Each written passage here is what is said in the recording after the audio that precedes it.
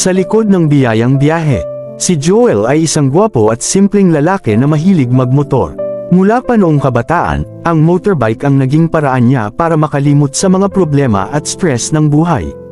Tuwing weekend, naghahanap siya ng mga kalsadang tahimik at madalas walang masyadong tao. Iyon ang kanyang paraan ng pagpapahinga, mag-isa, at malayo sa mga alingaw-ngaw ng lungsod. Isang araw, habang nagmamaneho siya sa isang kalikasan na kalsada, ay may napansin siyang magandang dilag na nakahinto sa gilid ng kalsada, hawak ang kanyang motorbike. Tila may sira ito, at siya lang ang naruroon sa mga oras na yon. Hindi niya alam kung bakit pero nabighani siya sa taglay na kagandahan ng babae at parang nahulog agad ang loob niya sa magandang dilag. Parang may koneksyon silang naganap sa unang tingin. Lumapit siya, nag-alok ng tulong. "Kailangan mo ba ng tulong, ma'am?" Tanong ni Joel, sabay hubad ng kanyang helmet at inayos ang buhok. "Teka lang, baka kaya ko pa," sagot ng magandang dilag, na parang nahihiya. "Salamat, pero okay lang." Ngunit hindi nagtagal, napansin ni Joel na hindi talaga kayang ayusin ng magandang dilag ang motorbike niya. Kaya't nagpa siya siyang tumulong. Pinakita niya ang mga basic na kaalaman sa pag-aayos ng motor, at hindi nagtagal ay nakumpuni nila ito. Nagtawanan silang dalawa, at sa mga sandaling iyon, naramdaman nilang parang matagal na silang magkakilala. At habang inaayos ni Joel ang kanyang mga gamit at tinanong niya ang magandang dilag, "Pwede ko bang malaman ang pangalan mo, ma'am?" "Gina," sagot ng magandang dilag, at ngumiti. "Ikaw, kuya." "Joel," sagot naman niya, na may kasamang matamis na ngiti. "Salamat sa pagtulong," sabi ni Gina. "Wala akong alam sa mga ganito. Huwag mong gawing dahilan yan. Lahat tayo may mga bagay na hindi alam," sagot ni Mia.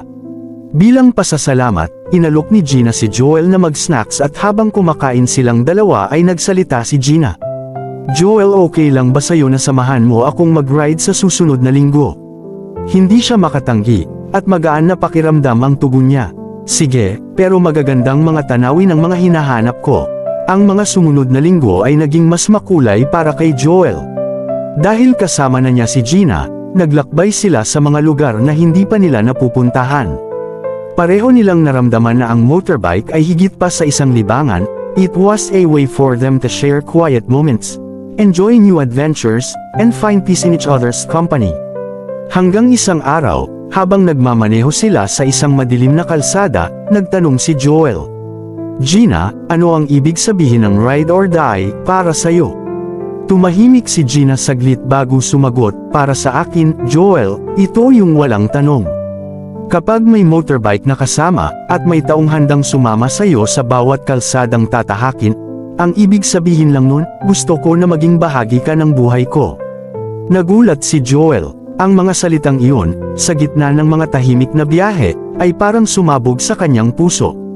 Alam niyang ang motorbike ay nagsilbing tulay sa kanilang pagmamahalan, ngunit ang pag-ibig na iyon ay hindi nasusukat sa bilis ng takbo o haba ng daan. Ang pinakamahalaga, sa bawat biyahe, ay ang pagtanggap at pagkakaroon ng kasama sa lahat ng aspeto ng buhay. "Sa'yo rin, Joel, gusto ko lang na sa lahat ng biyahe ko, ay ikaw ang kasama at katabi ko," sagot ni Joel, habang pinapanood ang mga magagandang tanawin sa daan. At mula noon, ang bawat daang tinatahak nila ay naging simbolo ng kanilang pagmamahalan, isang walang katapusang biyahe na puno ng pagmamahal, tiwala, at mga alaala. Sa kwentong ito, ang motorbike ay hindi lamang nagiging simbolo ng kalayaan at pakikipagsapalaran, kundi ng isang paglalakbay na nagsimula sa maliit na tulungan, at nauwi sa isang hindi inaasahang pagmamahalan.